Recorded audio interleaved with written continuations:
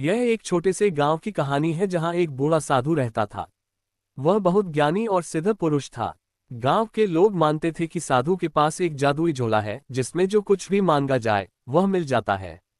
एक दिन गांव का एक किसान जिसका नाम रामू था बहुत परेशान होकर साधु के पास पहुंचा। उसने साधु से कहा, महाराज, मेरी फसल इस बार खराब हो गई है। मेरा परिवार भूखा मर जाएगा।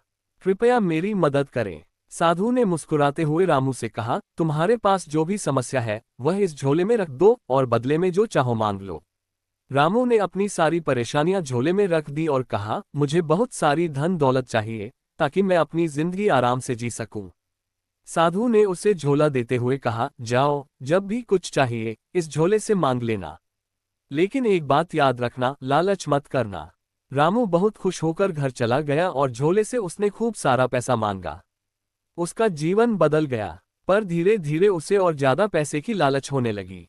उसने बड़े बड़े घर बनाए, गाड़ियां खरीदी और सारे गांव में अपनी धाक जमा ली। एक दिन जब उसने झोले से फिर से कुछ मांगना चाहा तो झोले ने काम करना बंद कर दिया। रामू घबरा गया और दौड़ता हुआ साधु के पास पहुंचा। उसने रोते हुए कहा, महाराज, झोला अब काम क्यों नहीं कर रहा? साधु ने गंभीरता से उत्तर दिया, झोला तुम्हारी जरूरतों को पूरा करने के लिए था, तुम्हारे लालच को नहीं। जब तक तुम अपनी आवश्यकताओं को समझोगे झोला काम करेगा।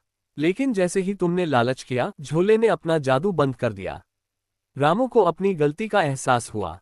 उसने साधु से माफी मांगी और वादा किया कि आगे से वह अपनी जरूरतों तक ही सीमित रहेगा।